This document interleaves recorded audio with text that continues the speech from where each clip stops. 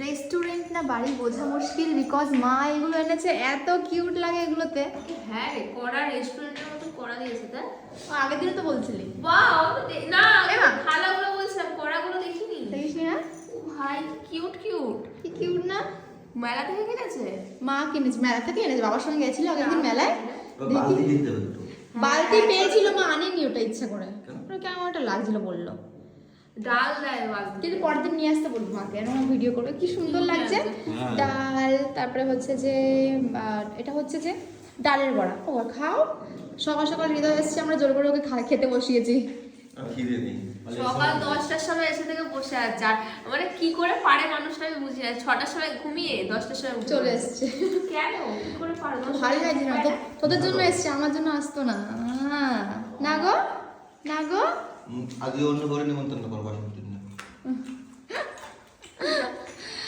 ওরা এসছে বলে এত সকাল সকাল ওর ঘুমই হয়নি, যে সবাই সাথে রয়েছে যাই। যাই হোক, এখন কড়াতে একটু ডাল নিচ্ছি আর নে সব নিয়ে খাওয়া খাওয়া। আমিও খাই, খেয়ে আমাদের আবার প্ল্যান রয়েছে আজকে অনেক, তো চলো সবটাই শেয়ার করবো।